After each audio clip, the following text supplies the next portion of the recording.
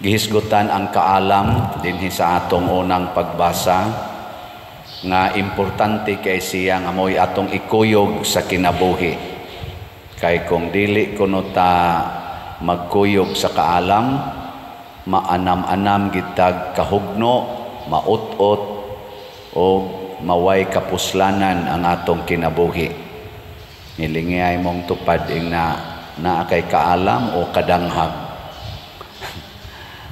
Nya kinsa man ning mga taong maalamon, ang tinuod nga maalamon dili na sila kining maratol, secured.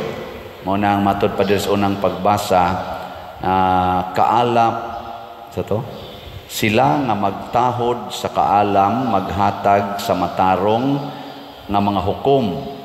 Sila nga mamati kaniya, makabaton sa matuod nga seguridad. Kana bang secured ka sa imong kinabuhi?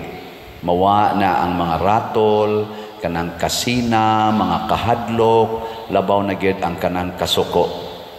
Sa inyong tan-aw sa ato rong nanagan sa politika, maalamon sila o mga danghag? Ang kanang secured, kanang relax. Kana bang tao nga relax? Dili daling madutlan og mga batikos, dili masuko kung sawayon, daoton, butang-butangan. Mao na sila yung mga maalamon, mao na sila yung mga nindot nga mga leaders. Tanawa si Jesus o sa ka-leader, giingnan siyang Juan diri, magtutudlo, naaman sa dito'y naghingilin og mga yawa sa imong ngalan. Nya di man nato kauban, among gibadlong. Nakuan dayon sila na threaten ba? Kana bitang nasina, ay di ko kakauban nganong gamit-gamit makasamongan.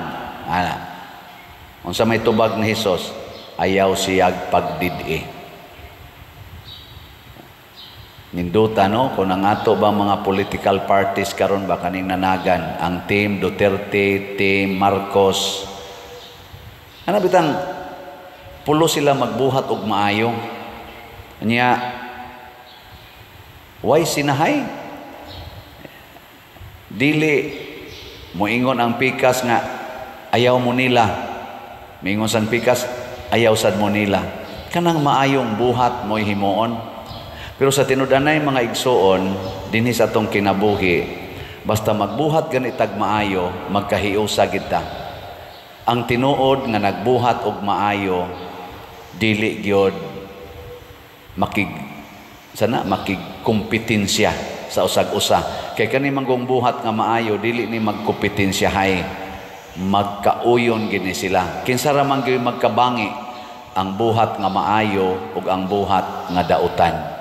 Matud pa ni Kristo, kay ang dili batok kanato, kay sila man mo'y mga maayong tao, si Jesus man ang the only good. Ang dili batok kanato, dapig kanato. Mabitaw nga magampo ta nga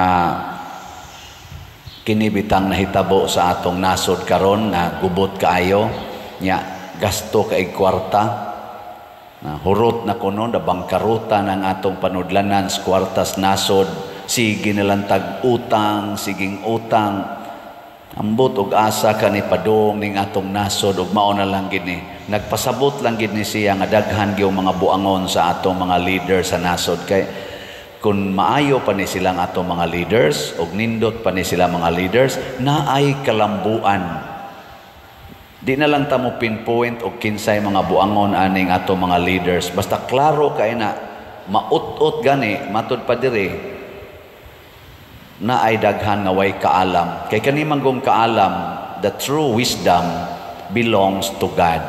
And if we are guided by God's wisdom, di gyud mahitabo nga dili mulambo ang atong kinabuhi. Nya kun leaders nato, ang mga leaders nato sa atong nasod, guided by the wisdom of Jesus as our true shepherd, mulambo gining atong nasod, dili magsigi kautang-utang. Og makautang man ta, doon gitawag og return of investment. Kung sa tawag na ROI. Karon sige na malantag spend nya inigsunod na sang budget, mangutang na sad. Igsunod na sang tuig, mangutang na sad. Wa gyud return of investment. Mao nang maut-ota pasabot tawag nata na in quotation ug anha ta sa business, di siya mahimong businessman kay ngano man way kaalam, dili siya bright sa iyang gigamhan na buluhaton. Tawgon na nato siya og danghag or bogo, ana, foolish.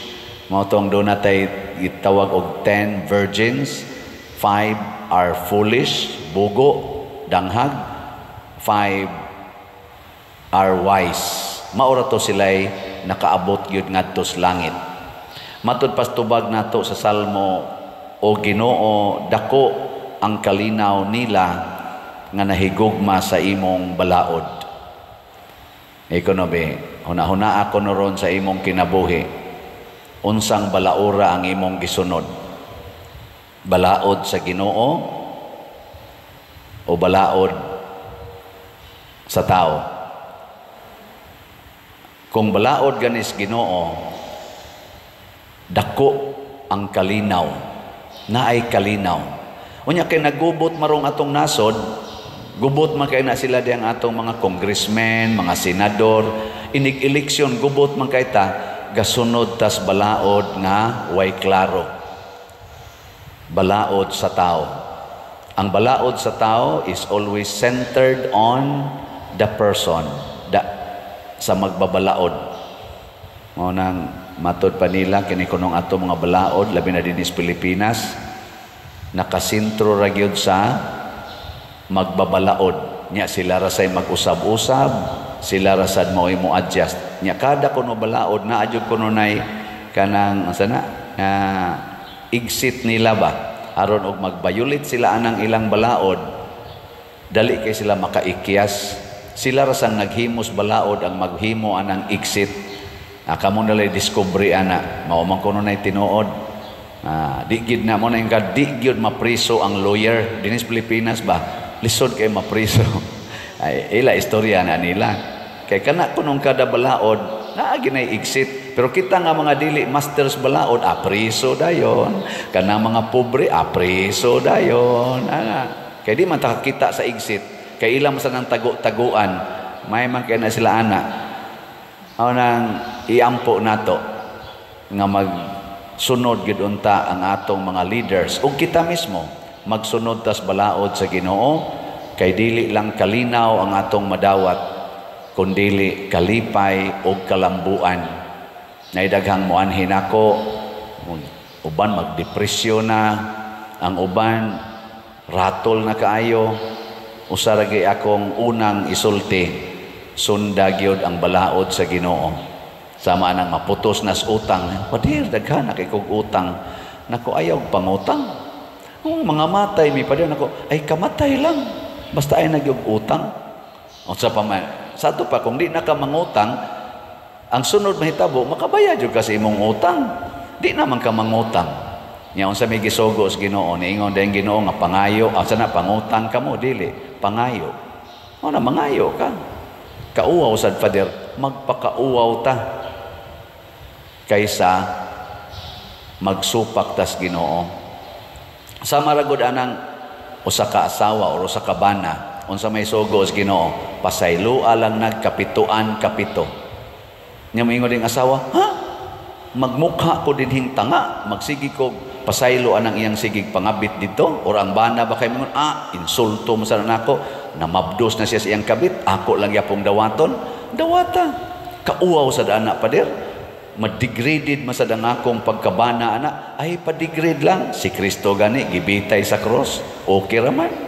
Gihubuan gani siya, okay raman. Mo nay balaod sa Ginoo, maghatag og kalinaw, maghatag og kahiusa, maghatag og kabalaan. Sige, last na lang imong lingi tupad ing na sugod karon, sugot na kog pakauwawan. Ana no? Kanindot. Pagampo sa katawhan.